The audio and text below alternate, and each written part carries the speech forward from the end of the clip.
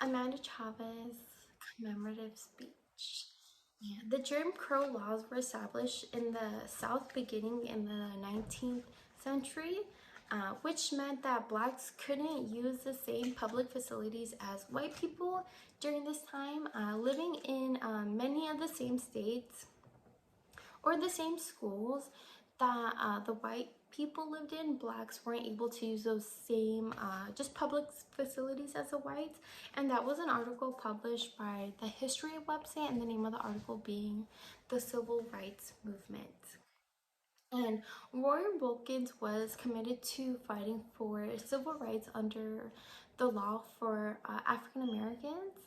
And Roy Wilkins, his efforts paved way for rights for African Americans. And when I first learned about Roy Wilkins, I first learned about Roy Wilkins when I was attending a college class. I learned about him in a history class, but although I am not African American, just learning about him really inspired me. He did pave a tremendous amount for African American rights during his time, and I will go into how Roy Wilkins fought for changes within the United States system, and he made an impactful change in human rights for African Americans. I will discuss Roy Wilkins' upbringing, and I will go into how he became an activist and what strived him to become an activist, and what accomplishments he made while he was an activist. And going into the first main point of Roy Wilkins' upbringing. Roy Wilkins was born on August 30th, 1909 in St. Louis, Missouri. During the era that he was born into the Jim Crow era, which again was a very established in the South, but it was a very racist era, very segregating between the whites and the African Americans. And that was an article published by AMESAC.org, and the article did not have a title. And so after shortly being born, 4 years later, when he was 4 years old, his mother had died of cancer. And shortly after his mother died, him and his siblings were sent to live with an aunt and uncle. And he had a difficult upbringing from his mother dying at an early age, and he had to move from a whole completely different state that he lived in to live with his aunts and uncle.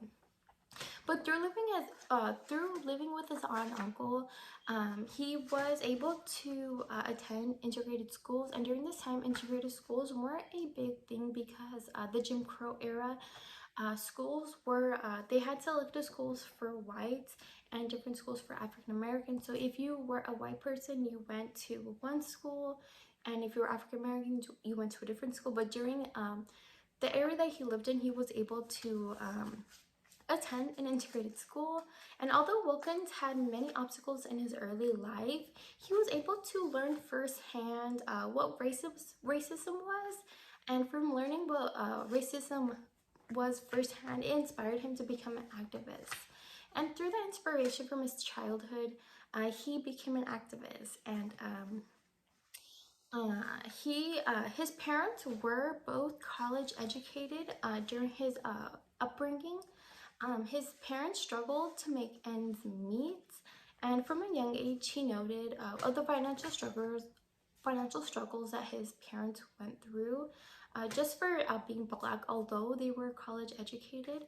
And from moving in with his aunt and uncle, his uncle pushed him to devote himself to his education. And that was an article published by the Pendergast years, and the article being Roy Otterway Wilkins. And through his upbringing, he was able to learn just firsthand racism, and And through his uncle just focusing on his devotion to education, Roy Wilkins was able to attend college, and as he was attending college, he was an editor of the college newspaper, which was the Minnesota Daily. And at the time, it was known as an African American newspaper because at the time, African Americans had separate newspapers than the white Americans did.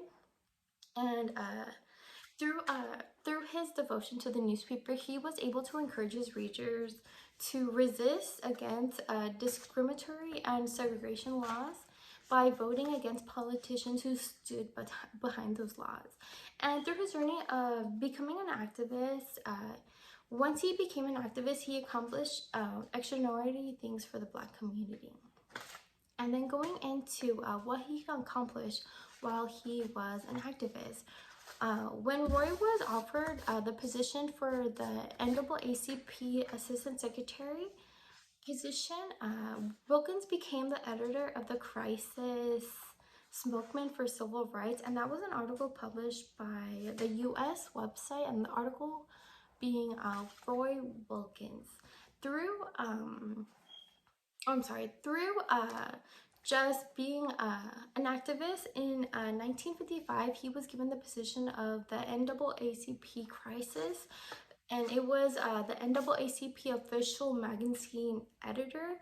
In 1934, he gained a reputation for an articulated spokesman for civil rights. The NAACP led the nation into the civil rights movement, and the efforts that led to significant civil rights victories. He was able to become a figure for Black civil rights during this time. Wilkins had lived a long life and did so much during his life. He was a big spokesman for Black African American rights during this time, and he accomplished a lot. I hope you learned something from what I've said, and thank you for listening.